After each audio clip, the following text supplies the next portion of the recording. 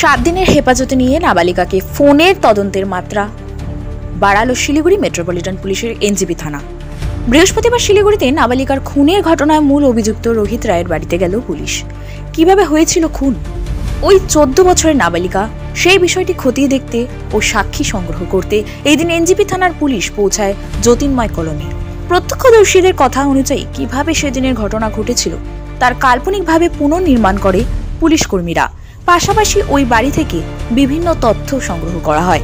গত পরশু অর্থাৎ সোমবার শিলিগুড়ি নিউ জলপাইগুড়ি থানার অন্তর্গত এলাকার বাসিন্দা 14 বছর বয়সী ওই নাবালিকার দেহ উদ্ধার হয় জ্যোতির্ময় কলোনি থেকে। ঘটনার তদন্তে নেমে ওই নাবালিকার প্রেমিক অর্থাৎ মূল অভিযুক্ত রোহিত রায়কে গ্রেপ্তার করে পুলিশ। সাথে ওই নাবালিকার আরও এক নাবালক বন্ধুকে গ্রেপ্তার করা হয়। প্রত্যক্ষদর্শীদের মতে অভিযুক্তরা সেদিন নিজেরাই রোহিতের ঘর থেকে ওই মেয়েটির দেহ গাড়িতে তুলতে দেখে। সেই বয়ান অনুযায়ী তদন্ত শুরু করেছে পুলিশ।